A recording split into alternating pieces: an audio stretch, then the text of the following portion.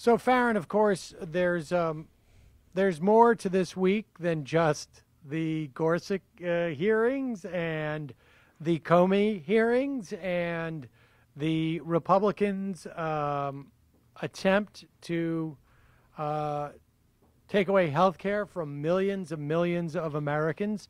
There's still actually an attempt at the administration, at the White House, to, I guess, arguably run a government, but it looks pretty strange. What's interesting is that nobody in the White House right now, not Trump, not the aides or advisors or the staffers, nobody trusts one another right now in that Donald Trump White House. There was an interesting story that came out from Politico about a week and a half ago where they talked about the fact that you have staffers that are now afraid to even bring in their cell phones to work because they don't want people, going through them. They don't want, I guess, Sean Spicer looking at them. And this was in response. They wanted to find out, who the leakers were. Well, then this past week, a Washington Post comes out and says that the White House has decided to install aides, senior Trump aides, at all of the cabinet levels of government to act as his, quote, eyes and ears within those organizations. What they're trying to do, I don't think this is so much about catching leakers at this point.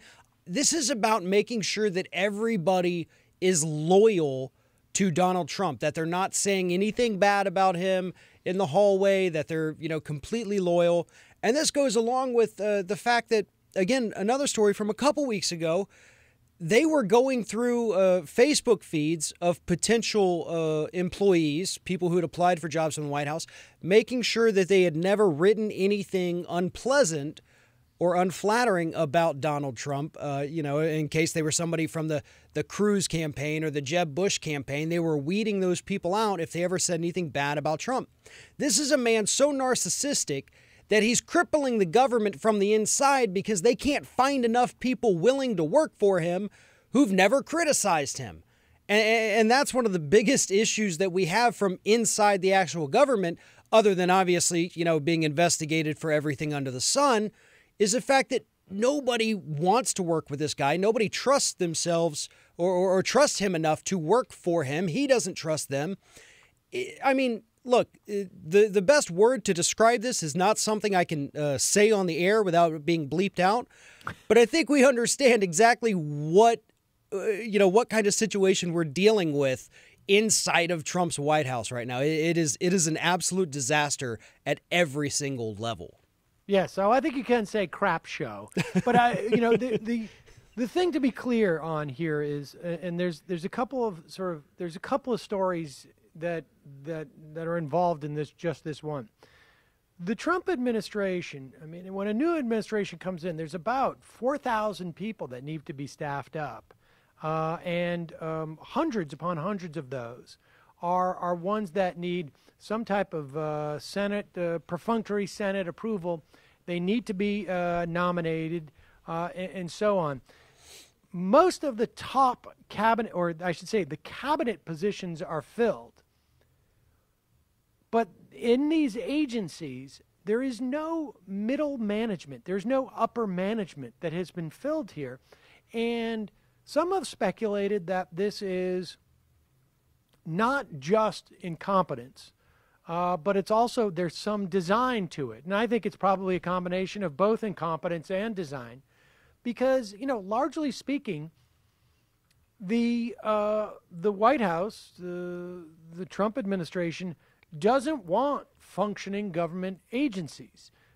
Steve Bannon spoke in front of CPAC, a couple of weeks ago, and said explicitly that our agenda is to deconstruct the administrative state. And so what you have is sort of like top management in these agencies, and then just people who are working, just civil servants who come in every day, but no way to communicate between those.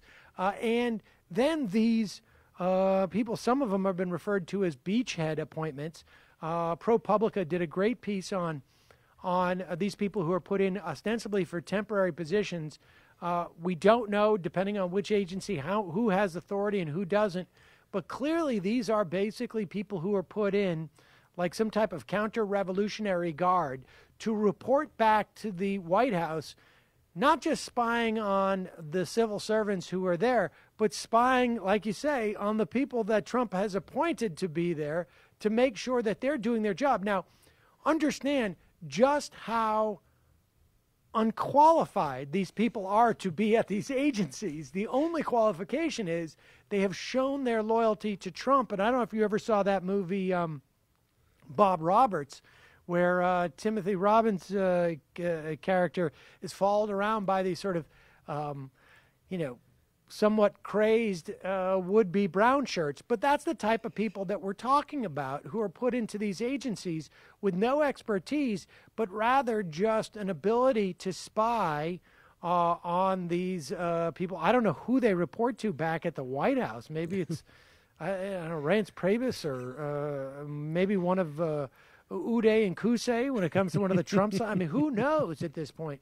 But this is what's going on. It's just a bizarre, almost banana republic style. And we had reports this week, Ivanka Trump, who ostensibly has no job with the White House, is not only getting an office, not only getting security clearance, an ability to go in and out of these meetings. She says that she's not obligated to follow ethics rules, but trust her that she's going to. I mean, this is just, we're watching sort of the pillaging and these stories don't get much play, and it's understandable as to why they wouldn't, Farron, right? I mean, there's the FBI said that they're investigating the president.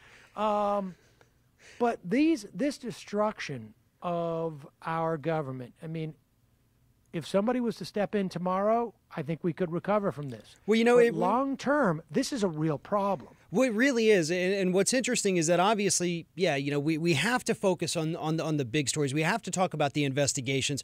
We have to talk about all of the nonsense that's going on, with the political appointments and Gorsuch and everything else. But even if we took away any sense of scandal, any investigation, suppose Trump was operating without any baggage, nothing would you still wouldn't get anything done because they are so incompetent and dysfunctional in there, that I don't even know how to put it other than, But I think that's the point. I think the point here is there's such hostility towards government and, within his administration. And Trump himself has these autocratic tendencies where he believes that what he says should just happen.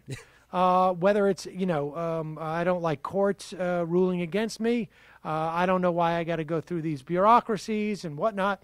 This guy is an autocrat. And so you're right. Even if we put aside all of these sort of major stories, there would be a real problem here. And I think it's like I say, to a certain extent, it's by design. I mean, you don't cut the IRS when you know you get a return for like $5 or $6 on every dollar you spend there.